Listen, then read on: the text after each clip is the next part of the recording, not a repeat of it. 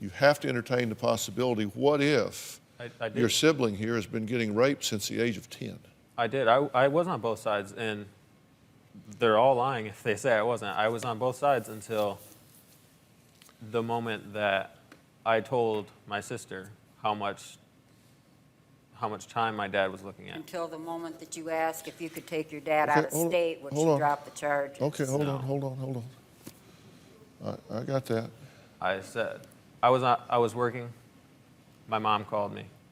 So on the way home from work, I stopped at my sister's house because it was on the way home, or on the way to my mom's house, rather.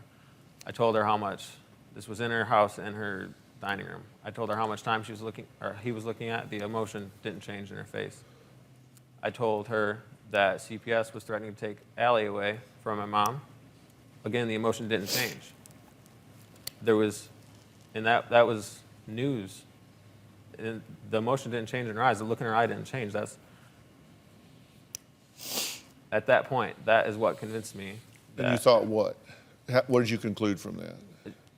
That she's in one of those states that it's not Amanda. The reason the emotion didn't change was we already knew that It had already information. sunk in She by had a then. bedroom ready for Allie to come there. She was going to be one of the 3 choices. She already had that information, Joey. That's why her emotions didn't change. Actually, that's We not actually- correct. That's not But you're correct. giving a lot of opinions here about things that Well, that's I'm what I trying to thought it was, at least. We actually met up downtown. My husband dropped me off, and my brother and I walked around for a few hours and had an entire conversation about it. That is not. And I what told I'm him talking about. that my dad did deserve to go to prison. it's two different things. Yeah.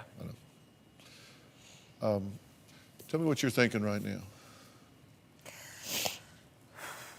To be honest, I'm just broken. And I'm not gonna lie. I'm broken. Kids are all broken. Every one of them. And it doesn't matter whether it's true or not. It doesn't. Every single one of my children are broken. There are things that I can pick out, but I'm not gonna get in an argument with them. I'm just not gonna do it. So is it that important to bring it up?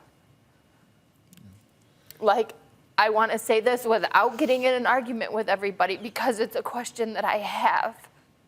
But if this happened to you, why would you, or you, for that matter, allow my granddaughter to be alone with him? Why? That's a fair question, I believe. I told myself I was not going to do this. Well, no, listen, that is a very fair question. And every indication to me, whether you guys want to admit it or not, nobody showed me since 2009, especially since 2009, that there was anything wrong. We had a normal family. We had get-togethers at the house. I watched my granddaughter. I was there the day she was born. It rips my heart out that I can't be anywhere near her.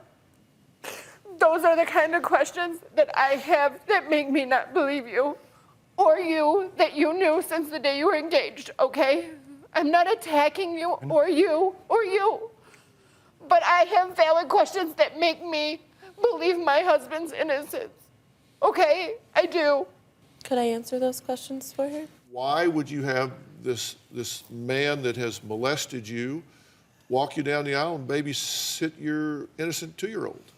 The times that my daughter was with my parents, it was my understanding every single time my mom had the day off of work or the next few days off of work, and she'd be with my mom as well as my dad.